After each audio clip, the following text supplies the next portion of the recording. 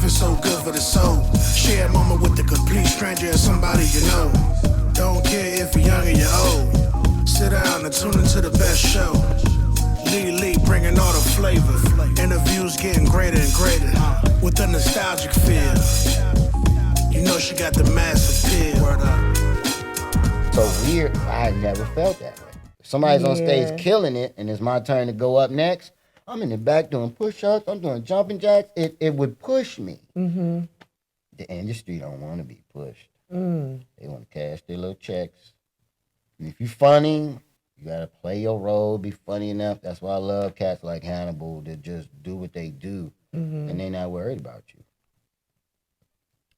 When you make these discoveries, you know, because for me, I know like when I find out something isn't what I thought or what I expected, it's like a blow to me for a second, and then I can like pivot and maneuver. How do you handle those moments when like the curtain is pulled back and you figure out that this is not what it was presented? Well, I've always been a student of the arts. Mm-hmm. So a lot of the things that happened to me only surprised me because it happened to me. Mm-hmm. And who did it and this and that. So I've always been aware of them snatching that rug from you. Mm-hmm. But I understood the importance of owning my masters and understanding that I'm the IP.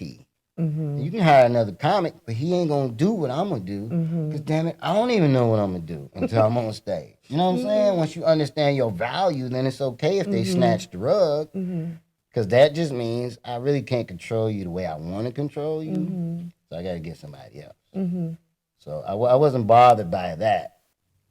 There were a lot of situations to where I felt like, hey, this is it. I won the Shaq All-Star competition nationwide. It 10, 15 cities. Boom. All that shit was cracking. And then I won. And I got to talking to the people. And that was them snatching the rug from under me. And around what year is this? What time period is this? This was maybe about 5-6 years ago when I won the Shaq All-Stars. This is the show with Huggy Lowdown? Yep. Okay. Now that was, they put me on. Shout out to him. Yep. DC shout legend. out. It was Bruce. Yeah. Huggy Lowdown, Ida Rodriguez, and Bill Bellamy was hosting. But when that happened, that was another time. I'm like, boom, I'm finna blow. I'm the funniest dude in the country at this point. And they got to ask me questions. You know, so who's your girl? What your girl look like? I'm like, nigga, what that's got to do with it? I just won this shit. Give me my shit. Them motherfuckers gave me $53 for per diem. Told me to keep my phone on. How many days was it? Was it only one day for $53? Well, you had to, yeah. I mean, you had a competition, and they flew us to LA, put you up, and then instead of everybody, and I'm really just now talking about this openly, but everybody thought you won $5 grand, 10 grand, you 20 grand. That motherfucker gave me $53, which was the per diem. And then when they booked me for the Shaq All-Stars, they took a commission fee out of that for booking me. So you already getting paid to book me. It was so much about the business that I took personal. And they made it seem like you win this, now you'll be on this platform. Then I had friends that had done good in the competition. It was like, fuck them people. And I'm like, no, that's how they did y'all. They ain't gonna do me like this. This is my motherfucking chance, okay? My motherfucking auntie been saying I was funny since I was 12 motherfuckers, and it hit me like, there go that rug again. The motherfuckers was basically like, we only really deal with household names. And I'm like, great, y'all gonna make me a household name. It's like, no, nigga, you gotta do that on your own. And because I wouldn't move to LA and leave my daughter and make those sacrifices, then it was just, once again, there go that rug. And I'm like, fuck that, man. I'm gonna buy my own rug and stand on it. That way you can't pull it out. That's so interesting. We only deal with household names, or we're looking for a name. We're looking for this person that can do this. But it's always like that was in the workforce when they say like you need more experience. Yeah. How am I get that if you don't allow me to take this opportunity? Right. I thought that this was a nationwide search right for the next star. And you guys picked me over a lot of other people. So that was one of the biggest rugs to pull because there was such a hype going on. They put me on a little tour. They put me on the tour. Those things had been booked. So I wasn't on the flyer. I was the opener. I had to drive myself to all these places. Cincinnati, Louisville, and then we went back to Ohio somewhere. And the whole time I have to put on this front. Like, yeah, they flying the motherfucker out. It's dope. I'm kicking it with Shaq. And it was such Did you ever get to do that? I met Shaq because we taped a sketch before for the showing on Showtime, and it was funny because I don't normally care about fancy shoes and shit like that. I was making a little bit of money, so I met Shaq and I happened to have on a pair of Jordan. This motherfucker, Shaq's like, see, this is what I'm talking about. Everybody spent all this money on the damn shoes. You could have got 4, 5, 6 pairs of my shoes. I'm like, Shaq, you don't even wear your fucking shoes. Where do I buy them? What exclusive ass Payless do I have to go to find these pieces of shit ass shoes?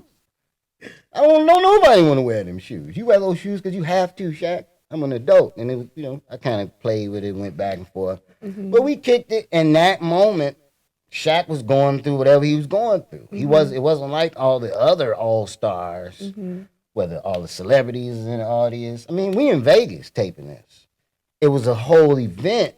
That way you performed in front of a bunch of people that could be like, boom, boom. But it wasn't that. So I did all of that, and then the shit aired. It was cool. It was just like, y'all some pieces of shit. You know what I mean? I was speechless. After the Shaq shit, I was speechless. And I had to eat it to keep that momentum going. And did the momentum continue? It did. It definitely did. But what I've never had is a true manager. I've had talent agents. But 98% of everything you've seen me on is stuff that I did. Relationships I built. My talent agencies got me auditions. But I've never had a booking manager. I've worked with a couple of people. Remember you used to say to me, I'm just being my own manager and agent right now. I used to say that like all the time. Like, what's up? Nothing. Just being my own manager, making things happen. Yeah, I had a manager, my buddy JB Marshall. And then his career took off. Okay. Fuck you and your shit. But J.B. Marshall was a pivotal figure in Kanye West and the documentary that they did. Okay. So the whole time they was out in L.A. and New York and whatnot. So when that dropped, he was like doing all kind of stuff. Then COVID hit. Oh yeah. It was just weird. It was like, damn, like, so what am I supposed to be doing right now? I had a lot of stuff happen. I moved to L.A. and it was just a lot of weird shit. When did you move to LA? 2018, 2019? I moved to LA 2019. Okay. This is a few years later. After the Shaq All-Stars. Everybody felt like once I won the Shaq, I should have went home and packed up and came back. I'm like, I still don't like this place. So they wasn't trying to manage me. This place as in Chicago? LA, okay. It was, LA is a weird ass place. And I'm a weird dude. So if I say some shit's weird, it's fucking weird. Nothing against nobody. It's just, man, it's such a weird place. And I'm learning what I should say as opposed to what I want to say. I probably said too much already. But like LA's like I went to LA on some Nat Turner shit. And then I realized the slaves don't want to be freed. They like it here. You free them, they're only going to beg to be sharecroppers. Folks not getting paid. Motherfuckers living in a spot is the size of this room, $1,500. Just bunk beds, the kitchen's over there, the bathroom's right there. I mean, it's almost like jail cells that people are living in, but it's like the sacrifices that you make. How can I ask this? Sometimes the victory is much sweeter when you know where you come from. So in those moments or in those places where your resources may not be that vast or that great, do you think that people in those environments accept that because they just believe that once they get to the victory, this will all be worth it. Yeah, but being a student of the arts, I realized that once you get to that point, now the real work starts. Mm. So, yeah, it's worth it, but a lot of comedians are comedians 1st. Mm-hmm. I came in the game, I already had a car, I already had somewhere to stay, I already had 2 kids, I already had responsibility, I already had a couple of bucks in my pocket. I wasn't nobody paying my cell phone bill. It was so much that I came in the game with that just it helped me not make decisions based on money. And I said that I've been saying that for a few years. I stopped doing comedy for money. Like that don't mean you don't have to pay me, but I stopped making decisions based on money. So if I really don't want to do it, you can't pay me to do it. And that's not how you get on. You know, it's not what it is. It's a lot of situations I've been in. If I just looked at the money, maybe I would be in a different spot financially, but I really went through something that most comics don't talk about, like a true spiritual awakening. I broke my leg and I moved to LA. So I literally had to learn how to walk again. Are you comfortable sharing how this happened? Definitely. I was doing some dumb shit. You know, them old motherfuckers see you doing something like, move your ass out the way. Let me show you. Ah! That's exactly what happened. My son had a electric skateboard.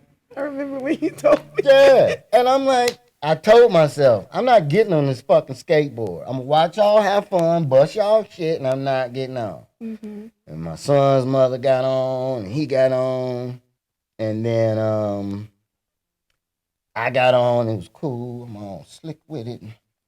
Turn the thing around, not paying attention. Is it forward? Is it back? There's a certain way it's got to point. Did I flip the thing around? There's a remote in your hand. So I'm sitting there. I guess I hit the gas too hard. And that motherfucker went whoop.